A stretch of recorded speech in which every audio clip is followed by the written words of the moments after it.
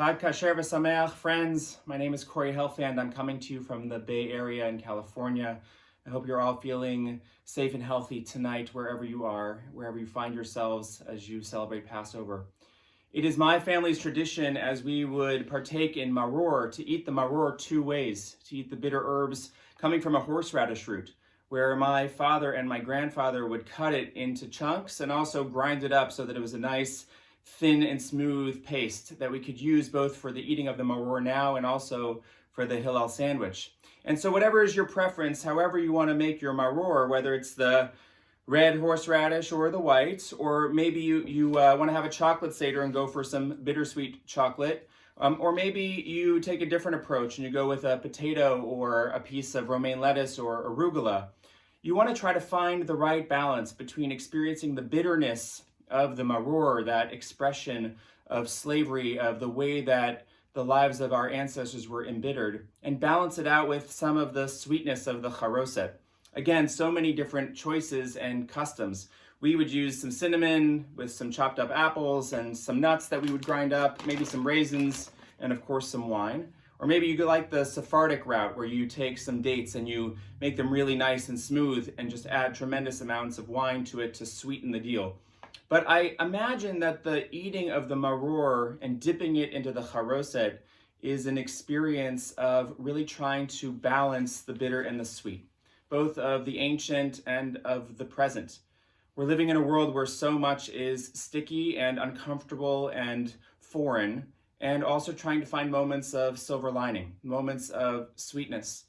I was thinking a little bit about a teaching that Rav Kook offers, the first chief rabbi of Israel. He says that the eating of the maror in the charoset was an opportunity to bring together, to bind all in one, the collective traumas and pains and sufferings of the Jewish people, really of all humanity, and to balance it out with the fact that there is a sweetness in that we are able to continue to persevere, that we always find our way through the mud, the thickness of whatever is going on around us.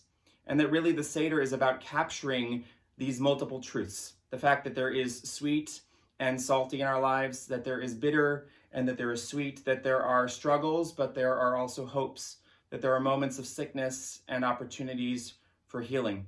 Moments when we are literally stuck in the mud of slavery or of what's going on around us with virus, and also moments when we can experience freedom when we come together.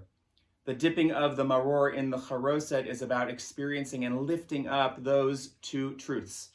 Always being able to recognize that even in moments of bitterness and stickiness and moments of sting, that there is some sweetness to be found if you can eat them all together. And that's what we do. We are experiencing life right now where we take it all as one bite, trying to highlight each taste for itself and for its own beauty, but also recognizing that sometimes in a complicated world, it all comes mixed together as one. So find the right balance as you prepare your maror. As you eat your maror dipped in your charoset, you'll lift it up and you'll say the blessing, Baruch atah Adonai Eloheinu melech haolam, asher kiddushanu b'mitzvotav v'tzivanu al achilat maror. Praised are you, sovereign of the universe, who has sanctified us and our lives through the commandments of eating the maror, of embracing the truth around the bitter and the sweet, of the opportunities that come from moments of struggle, of yearning to stay connected to each other, even amidst the pain.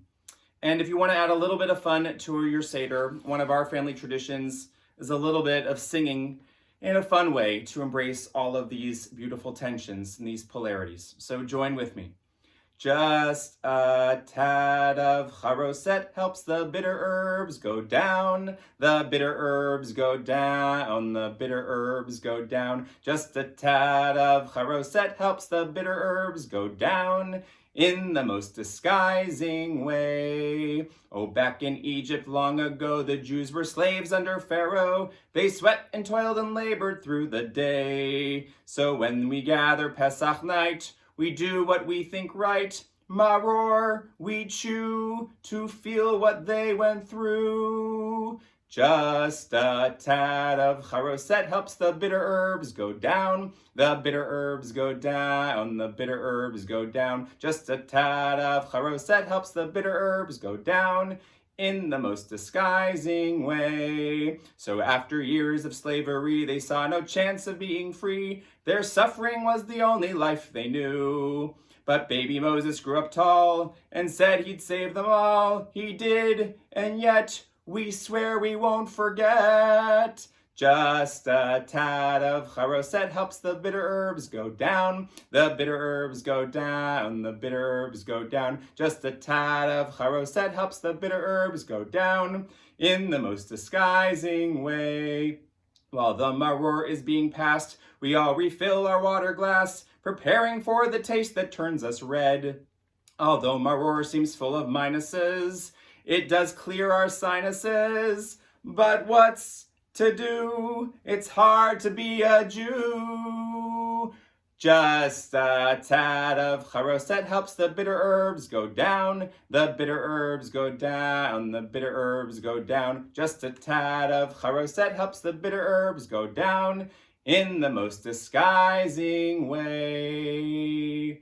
Wishing you all a Pesach filled with the stickiness of embracing the bitter and the sweet, no matter where you are, for yourselves, for your families, for our communities, and for our world. Chag kasher v'sameach.